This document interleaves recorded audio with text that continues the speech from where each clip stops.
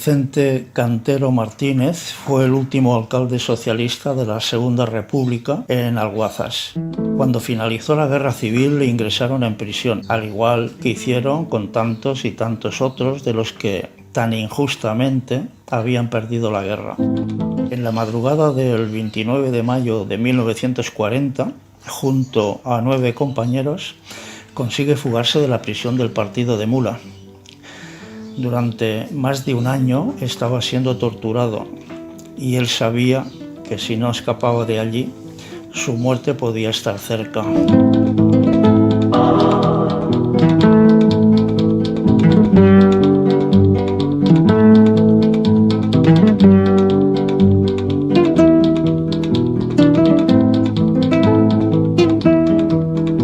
Desde Mula marcharon por Albacete, Valencia, Castellón, Zaragoza, cruzaron el Ebro por Mequinenza, el Segre por Lérida. Fueron 2 meses y medio de peligros y penalidades. Cruzaron montañas, despeñaderos, ríos y llanuras, evitando los pueblos, caminando agazapados entre las sombras de la noche, de tantas noches, para no ser descubiertos. El 14 de agosto llegaban a la Seu d'Urgell, a pocos kilómetros de la frontera. Llegaban solo 2, los demás se habían ido perdiendo por el camino y aquí el último compañero de fatigas decide quedarse, por lo que se despiden como buenos amigos deseándose mucha suerte.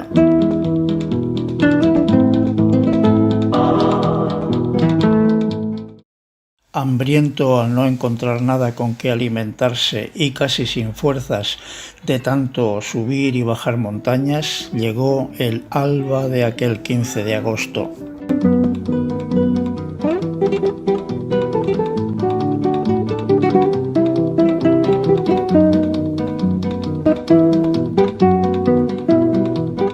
Unas campanadas de una pequeña aldea aún dormida le recordaron días dichosos de su infancia cuando, siguiendo las costumbres de sus padres, celebraban la festividad de la Virgen de Agosto. El sol ya había salido y todo se veía perfectamente cuando se encontró con una franja de terreno limpia completamente y garitas de la Guardia Fronteriza a cierta distancia unas de las otras. Su reloj marcaba las 7:30 cuando decidió intentarlo. Corrió entre 2 garitas lo más rápido que le permitían sus pies hinchados y llenos de llagas. Oyó unas voces que no entendió qué decían. Siguió hasta cruzar aquella frontera, internarse en el bosque y ocultarse entre la maleza. El escritor José Miguel Matencio Ors, en su último libro Vicente Cantero, el presidente, relata: misión cumplida y de forma satisfactoria. Vicente había finalizado un camino de peregrinaje lleno de todo tipo de adversidades y una duración de 78 días para recorrer cerca de 1000 kilómetros. Vicente Cantero estaba en Andorra. Habían salido todos juntos de Mula, dirección Francia.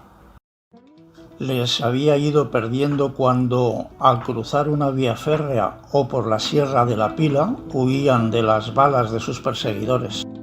Les recordó, al igual que a sus familiares y amigos, esperando poder volver a abrazarles algún día.